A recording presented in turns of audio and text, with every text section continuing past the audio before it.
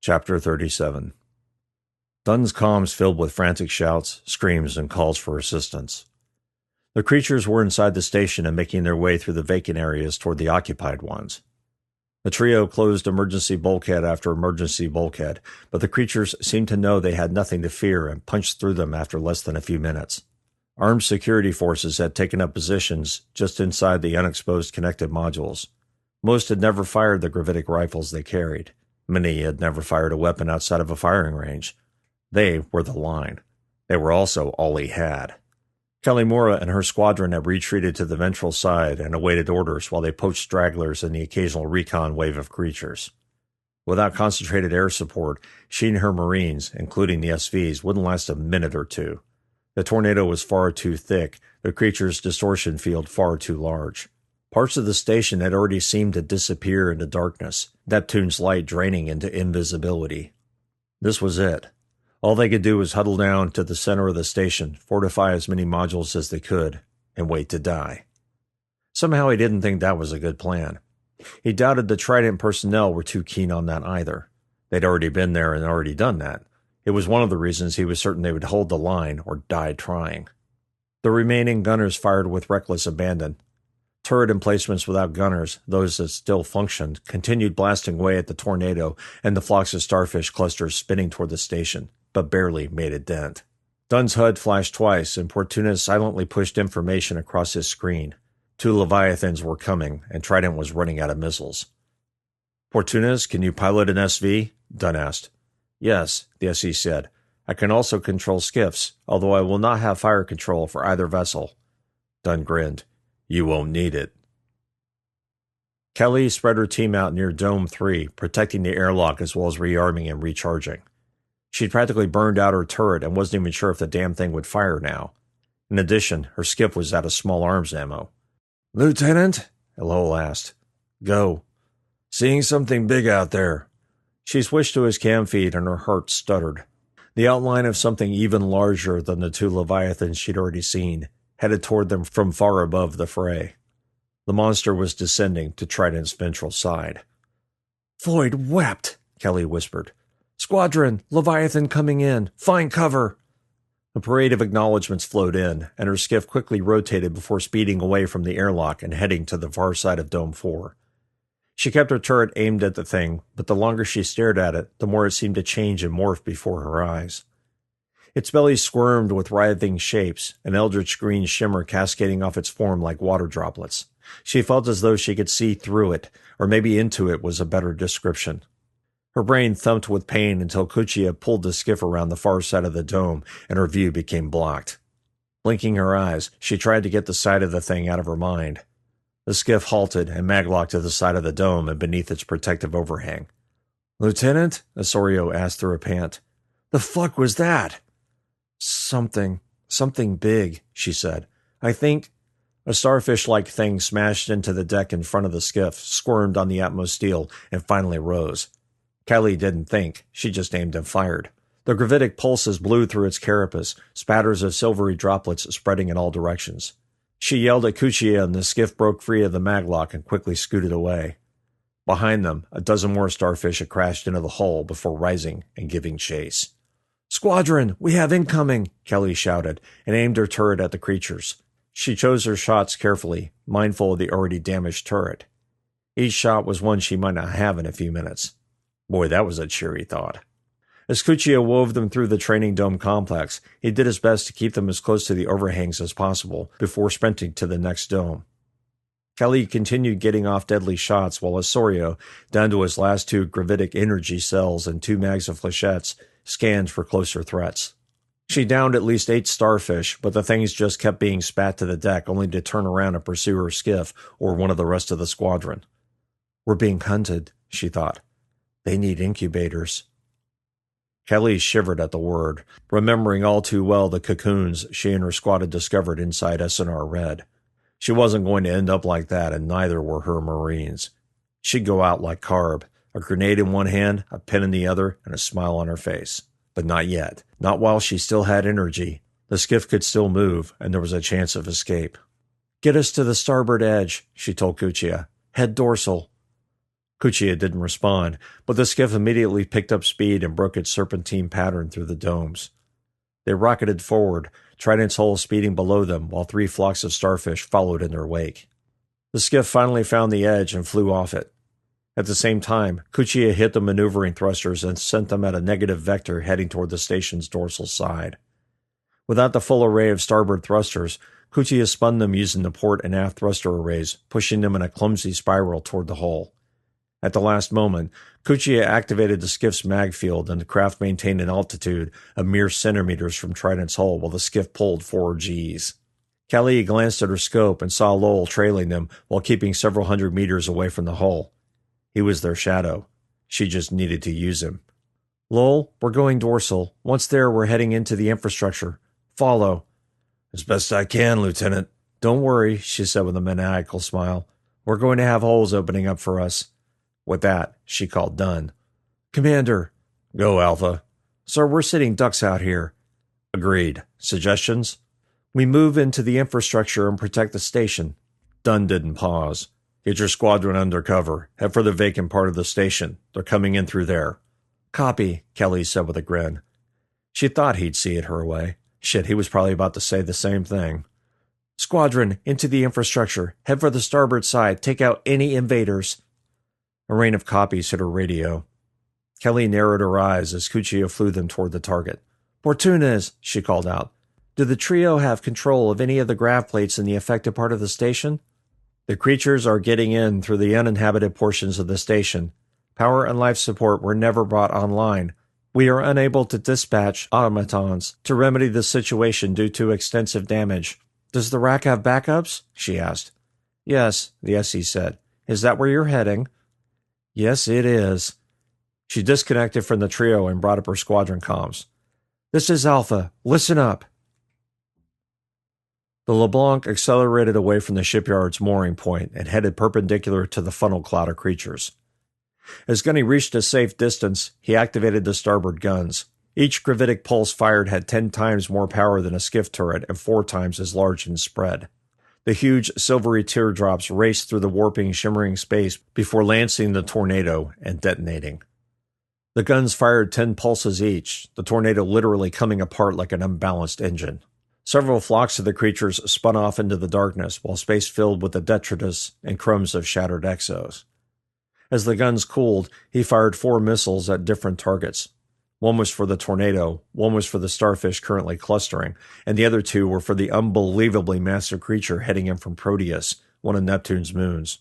The LeBlanc's dorsal dome opened and 4 nanosats winked out, each activating their thrusters the moment they were clear. The distortion waves emanating from the fractured funnel cloud had weakened just enough for him to use the sats. The quartet separated, each heading for a different portion of Trident Station: ventral, dorsal, starboard, port. The sats raced through the debris fields, dodging the occasional curious starfish or larger portions of the dead creatures. Gunny saw damaged bulkheads, perforated modules, and warped rails. The station had taken significant damage, and the creatures were still gliding inside. Without a healthy regiment of Marines guarding every ingress, they were going to be invaded. He couldn't do anything about that at the moment. What he could do was try and staunch the flow. Another missile glided out of the launcher, its rockets finally activating upon reaching a safe distance. It streaked across the wavering darkness and punched into the exposed modules from above. The blast warped and melted the metal it didn't outright destroy, slagging the Atmo into a congealed orange glowing taffy. The melted metal might not keep the creatures from getting in, but it would at least slow them down. The funnel cloud had shaken itself apart but was attempting to reform. The 2 missiles he'd sent to greet the Leviathan had detonated, but their QE comm systems had failed before impact. In other words, he'd no idea the kind of damage they'd done. For now, that was the least of his concerns. He moved the LeBlanc further in while keeping a few hundred meters between the ship and the funnel. He rotated to give a better field of fire and loosed another broadside into the funnel, rebuilding itself below Trident. The blasts, concentrated so they were mere centimeters apart laterally, completely annihilated the middle of the funnel. He rotated again and did the same to the funnel on the dorsal side. The gravitic pulses had the same effect, although the creatures seemed more prepared for it, clusters spinning off into space as they fled LeBlanc's storm of deadly silvery fire. Gunny saw more clusters of starfish heading around the shipyards to try and flank him. Although he was still inside of LeBlanc, contained within her, he still had some connection to the massive structure. He activated its autocannons, and the shipyards began doing a little more than simply defend itself. Several more clusters attempted the same maneuver, but between the LeBlanc and the shipyards, they didn't stand a chance. Stragglers flew off into the shadows, their comrades little more than crumbs of debris. Gunny broadcast a message to Trident, but received no response. The interference was too great, or maybe the creatures had already damaged the comms array. One of his nanosats finally noticed the massive Leviathan descending on the ventral side. Gunny fired 3 missiles, this time locking them to the nanosat. Any telemetry they managed to send would get bounced to him from the tiny artificial satellite. While the missiles' rockets engaged and they headed for their targets, he moved the LeBlanc further in toward Trident's exposed infrastructure. He might have managed to slow their ingress from a tidal wave to a trickle, but they were still getting inside. Time to make that a little more difficult for them. That in mind, a barrage of tritium flak exploded around the ship in a wide enough sphere to shatter carapaces and scatter deadly droplets of radioactive water in the vacuum. Any exo unfortunate enough to encounter the water would respond as if scalded by a star. Gunny changed the running lights to a constant message. If Trident could see the LeBlanc, they'd understand what was going on. Maybe then they'd communicate back. The missiles struck the ventral Leviathan in 4 different areas, each culminating in a kiloton nuclear detonation. The amorphous, shimmering thing's features lit up for an instant, no longer hidden by the dark matter and its strange effects on space. Gunny stared in stupefaction at it, unable to put together a concrete image of the beast. It appeared as though it were some mutated chimera of most of what they'd already seen: tentacles, fins, arms, and clusters of what he assumed were sensor arrays. The difference, he thought, was that unlike the other creatures, the Leviathans seemed less real, less here, almost as if they were somehow split between this reality and another. The missiles did their damage, just not enough of it. A chunk of the creature, probably the size of 5 or 6 support craft, glided free of the monstrosity and off into space. But the creature kept coming, his tentacles nearing Trident. The other Leviathan was closing. In a few moments it would be within range. The LeBlanc only had so many missiles, and he might be able to take out one of the monstrosities, but not 2. One of the surveillance sats near Neptune picked up a signal that made Gunny grin. Okay, he thought, let's light him up. Chapter 38. Inside the barn, as the pilots called it, 2 SV Null and the last 2 older model SV-52s began warming up. In the combat bay, 3 unused skiffs also began their system checks. No human was in the bays. No human witnessed the SVs launching from the tubes, nor the skiffs leaping out of their stalls and into space. The only human that knew about it was the man who put Portunas up to it. The first 2 skiffs headed ventral, along with the older SVs. They danced away from starfish and other threats, heading instead directly for the Leviathan hovering above the station, its 100-meter-long tentacles coming dangerously close to brushing against the hull. To mitigate possible failures with communication, Portunas had pre-programmed all the vehicles for their mission. The interference from the massive creature had begun fragmenting radio comms even within the station. All in all, making the vehicles dumb had been the right call. The SVs were the first to smash into the creature's carapace directly in line with the tentacles. The moment the craft slammed through alien shell, their reactors went critical. The twin nuclear detonations broke off 3 of the tentacles. The skiffs did much the same, only this time the 3 waited their turn. The first headed higher than the SVs had and blasted a hole through the carapace before detonating. The second came right in the wake of the explosion, further widening the tunnel through the monster's guts. The third went even further inside. The creature moved away from Trident, either from the force of the blasts and pain or because of its wounds. One of its broken tentacles continued moving toward the station, its mass indeterminate, its shimmer fading. As it crashed into the station, its color became more obsidian, more like that of the scar. A moment later, 2 modules vented to space from the collision, and the entire ventral side of Trident Station vibrated like a tuning fork. The second sortie of SVs and skiffs did much the same thing to the creature, only this time they succeeded in blowing the monster nearly in half. The Leviathan drifted away into the Kuiper Belt, its remaining shimmer in the cloud of debris the only proof it had ever been in the solar system. Its payload, however, had already been delivered.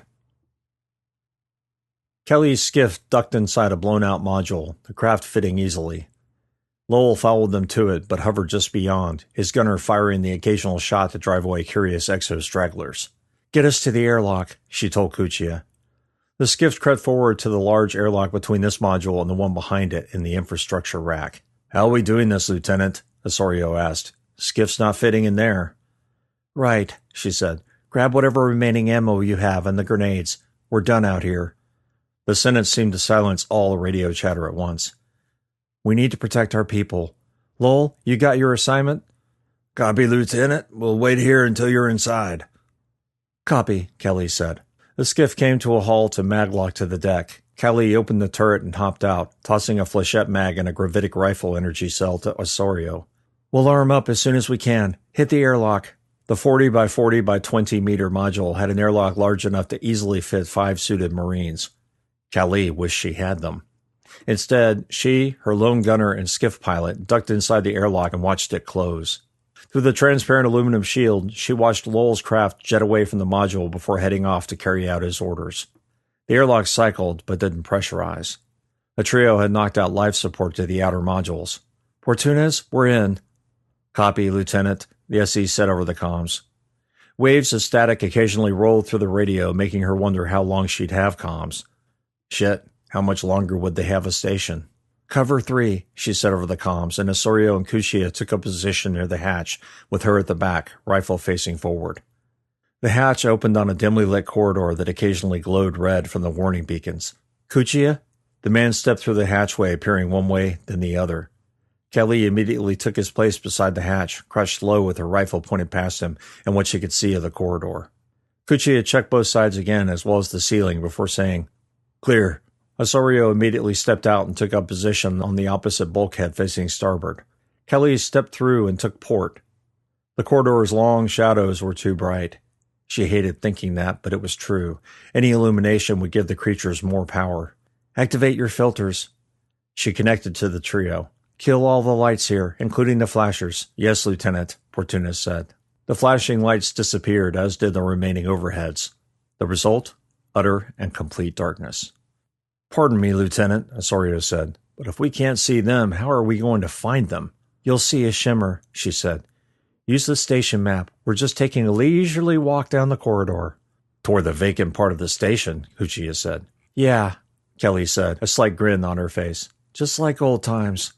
She and Dickerson had been trapped in the old portion of Trident Station and had all but witnessed one of the monstrosities being birthed into this reality, or dimension, or whatever the fuck you wanted to call it. They both essentially died there, although the fatal doses of radiation had ultimately been mitigated by the miracle of bio-nannies and treatment protocols. But for hours, they'd been trapped in the darkness with no way out, no weapons, and no prayer of survival. Yet they had. This, she told herself, was no different. Stagger formation, she said, and began walking down the corridor. Keep your eyes on the HUD. Not as though they could see anything else, she told herself. They didn't have far to go. A junction leading to the compartmentalized life support systems was up ahead and in the module's ceiling. This is going to be a tight fit, she told the 2 larger Marines. Although nowhere near as tight as Dickerson had had it, she thought. When they were chased into Trident's bowels, he'd barely fit inside the tubes, his suit often scraping against its sides. Boy, but she missed the meathead. Cover me, she said, as they reached the maintenance hatch. After touching her gloves to the hatch, she felt the mechanical bolt shoot and smiled. Portunes was on it. After taking a deep breath, she swung open the hatch and stepped inside. Her squad mates remained crouched like statues, their rifles pointed into the black and looking for a telltale shimmer. Nothing. I'm going in first, she said, knowing Dickerson would glare at her if he heard her say that. No, sir, you're not, Kuchia said. That's one order I'm not following. Same, Osorio said. We're the meat, remember? You're an officer. Kelly growled low in her throat. Following official procedure? Aye, sir, the 2 men said. Fine. Osorio? She saw his outline clearly through her HUD and filters. She also saw the salute he snapped her before stepping to the tube and climbing inside. Kuchia, you've got our 6. Aye, sir, he said. Somehow she knew he wouldn't have let her take that position either. She wanted to bitch them both out, but had Black Company done any differently while escorting Dunn and the other officers through Trident? They'd been put in the middle and carefully guarded. She really shouldn't fault her squad mates for doing the same. Kelly climbed inside, unsurprised to see that Osorio had already managed to crawl a few meters in. After waiting for him to get another meter, she matched his pace. Kuchia, you need to close the hatch behind you. Aye, sir. Just hope it opens again. Won't need it, she said. Not where we're going. Talby followed Went near one of the perforated modules and covered the skiff while they dismounted and headed inside the corridors. The starfish came at the SV, but it seemed as though more out of duty than actual malevolence. The majority of the creatures had dispersed after their Leviathan crashed, but they were reforming further away from Trident. The energy distortions were increasing near the shipyards, but it was impossible to see in that direction. It was as if a giant wall of nearly opaque material had dropped between the two structures. Charlie's skiff inside, sir, Went said. Copy. Good hunting.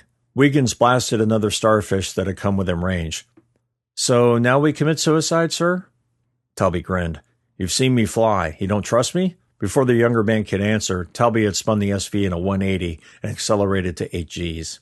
The moment the SV gained speed, he saw what he hadn't wanted to see. Starfish. A lot of them. He didn't know if it was the sudden movement of the SV or something else, but the cluster had broken apart into a scattered flock, all flying straight toward him, arms flung forward to flatten their profile. Wiggins? The turret came to life, and silver translucent teardrops flew in vertical bursts, most of the rounds missing, but the few that hit their targets utterly destroyed them. Talby hardly noticed. He sped past the flock, expertly weaving through them while Wiggins further thinned them out. He flipped the craft and hit the engines hard, the G's pushing both humans deep into their couches. The starfish gained ground incredibly fast, but between the cabin cannons and the turret, the creatures were shredded apart. Talby brought the craft to a halt before saying, "Hang on!" and hitting the port thrusters to full. The SV slid sideways into an open maintenance bay which quickly shut behind them. Still in one piece? Wiggins panted, but Talby could tell the man was smiling. Aye, sir. Talby changed the attitude of the SV with a few puffs of gas, their orientation matching that of the bulkheads. Now what? Wiggins asked. Now we wait. You're kidding. Talby leaned back in his couch. We're recharging batteries, we're letting the guns cool, and we're taking a break from doing cartwheels in microgravity. I think we've earned a few minutes. Wiggins was silent for a moment. Seriously, sir, what are we doing? Waiting.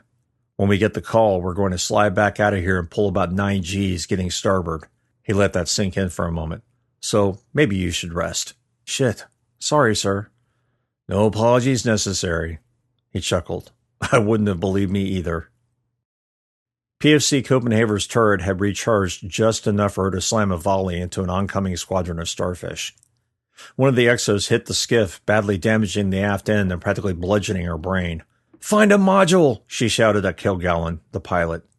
Toll, the gunner, and Kilgallen's protector, sprayed flechettes at a starfish that had climbed up the gunnel. It disappeared in a cloud of chaff. An unlucky starfish flying to join it was also smashed to pieces by the blast. Copenhagen cursed whoever had planned the loadout for the skiff. She needed HE rounds to bust through a module, and the skiff had none. Shit, she didn't even have HE grenades. Got one, Kilgallen shouted, and the skiff rotated slightly before leaping forward hard enough to make her see stars. Copenhagen watched as the skiff headed toward a lower Rack 2 module at suicidal speed. The rent wasn't big enough, and the skiff was going to ram right through it. Brace for impact, she yelled over the comms. The skiff crashed into the meter-diameter perforation, the craft's nose peeling back damaged layers of Atmos steel, the fuselage and turret placement quickly following. Kilgallen had the thrusters set to full, but they barely slowed the craft down enough to keep from hitting the bulkhead at 2 Gs. The skiff pivoted slightly as it approached the inner bulkhead, the nose hitting at a diagonal instead of straight on. Copenhagen rocked against the harness, her ribs screaming in pain even through the suit's armor. Her vision fluttered for a moment before she realized they'd come to a halt. Half stunned, she lifted a hand to the hatch release, head pounding with pain. Sound off, she said, voice fuzzy and confused. No response. A turret's HUD came back up, flickering with static and distorted icons and text. The cams came back online just in time to show her a starfish tearing at the turret. Neither Kilgallen nor Toll were responding to hails. After shaking her head hard and luxuriating in both the focus and pain it provided, she pulled the rifle from her back and swiveled the turret. The turret vibrated as the creatures just outside tried to tear it apart with acid and silver talons. Copenhagen held down the trigger and the turret came to life. She moved it in short motions horizontally and vertically, making neat lines. Although she couldn't tell if she was having an effect, the turret no longer felt as though a giant were pounding on it. How do you know if it's clear? I don't, she thought. Only one way to find out. She continued the pattern until the cells ran dry. This time, however, they weren't going to recharge. The skiff's engines were gone. All she had now was the emergency backup battery for the turret. Once that went, so did any chance of long-term survival. Copenhaver hit the cupola release but kept it from auto-opening. Instead, she barely raised it, the tip of her rifle pointing through the gap. She saw dozens of exos flying just outside the tear in the module's exterior facing bulkhead, but didn't see any inside. Making sure her lights were off, Copenhaver let the cupola slide completely open, her hands gripping her rifle and searching for targets. She immediately saw a large shadow attached to the ceiling, one of its arms reaching for her.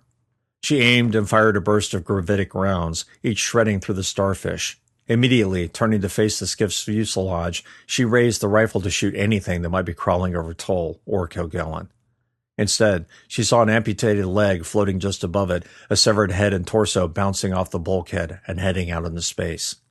Copenhaver didn't pause, choosing instead to jet to the module interior facing airlock. Remembering Lowell doing the bouncing pin, she increased her thrust and turned 180. 2 starfish had climbed up the skiff's gunnel, their arms outstretched as if reaching for her. She knew better. They were getting ready to spit. 2 bursts, and the creatures disappeared. Copenhaver turned just in time to hit the bulkhead too hard. She descended with a yelp and hit the airlock control pad. The hatch opened, and she quickly made her way inside, rifle ready to blast anything that came near her. 3 shadows crawled inside the module and scrambled toward her just as the airlock closed them off from view. Copenhaver stood there for a moment, heart pounding in her ears and rational thoughts intersecting into a confused morass. She closed her eyes and slowed her breathing. "You're safe," she said loud. "You're safe." She wasn't, though, and she knew it.